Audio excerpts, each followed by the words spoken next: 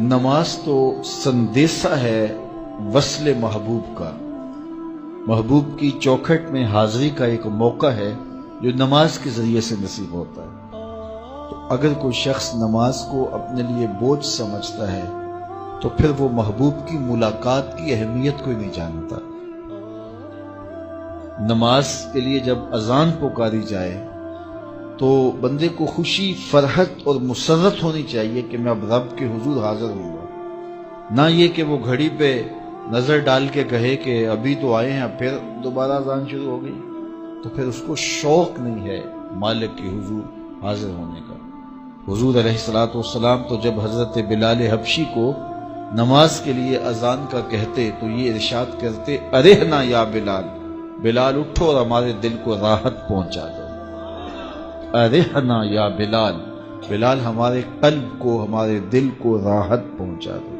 تو یہ حضور کے قلب کی راحت، تسکین اور قرار کا سبب ہے۔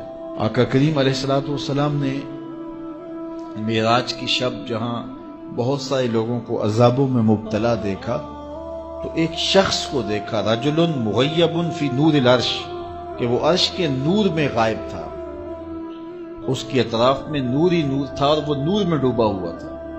تو پوچھا کہ یہ کون خوش نصیب شخص ہے، کوئی فرشتہ ہے؟ تو جواب آیا فرشتہ نہیں ہے۔ یہ کوئی پیغمبر ہے؟ پیغمبر بھی نہیں ہے۔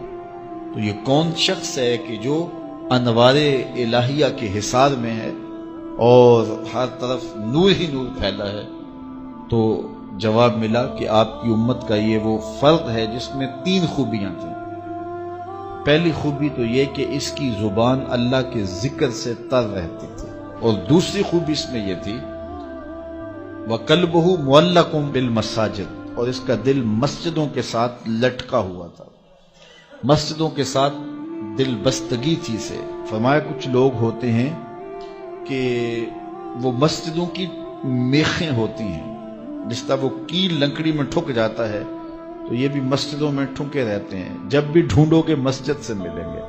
فرمایا کبھی یہ لوگ بیمار پڑ جائیں اور مسجد میں حاضر نہ ہو سکیں تو اللہ کے کچھ فرشتے ہیں جو ان کی عیادت کرنے کے لیے ان کے گھروں میں جاتے ہیں۔ تو مسجدوں کی حاضری، مسجدوں کی تعمیر میں دلچسپی، مسجدوں کی آباد کاری کے لیے کوشش، مسجدوں کی صفائی ستھرائی کا اہتمام و التزام، مسجد کی تعمیرات کے مراحل میں دن رات ان سے وابستہ رہنا، یہ خوش نصیب لوگوں کا مقصود ہے۔ فرمایا کہ اللہ کے گھر وہی تعمیر کرتے ہیں جو اللہ اور پچھلے دن پر ایمان لاتے ہیں۔ تو مسجدوں کی تعمیر یقیناً اللہ جل شانہ کی خاص رضا نصیب کرتی ہے۔ ایک روایت میں آتا ہے جس نے تتر کے گھونسلے کے برابر مسجد کی تعمیر کی، فرمایا اللہ جنت میں اس کا محل بنا رہا ہے، اللہ اس کا محل تعمیر کرے گا، اس کو محل عطا کرے گا۔ تو یہ تعمیر مسجد یہ خوش نصیب لوگوں کا مقصود ہے۔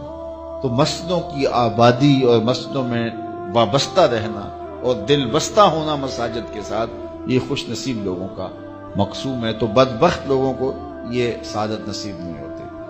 اچھا، تیسری بات فرمایا کہ جو اس شخص کی خوبی ہے، یہ آج تک اپنے والد گرامی اور اپنی والدہ ماجدہ کو گالی کا سبب نہیں بنا، یعنی کبھی اس نے کوئی ایسا فعل نہیں کیا کہ لوگوں نے کہا کہ یہ کس ماں باپ کا بیٹا ہے اور لوگوں نے اس کے ماں باپ کو برا کہا ہو اس کی وجہ سے۔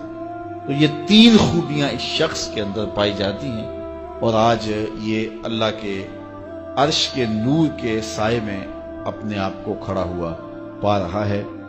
تو جن کے سر نماز سے بوجھل رہیں، مسجد کی حاضری جن کے لیے شوق ہو اور مسجد میں آتے ہی نکلنے کے لیے کوئی راستے ڈھونڈ رہے ہوں، تو انہیں اپنے اندر اترنا چاہیے۔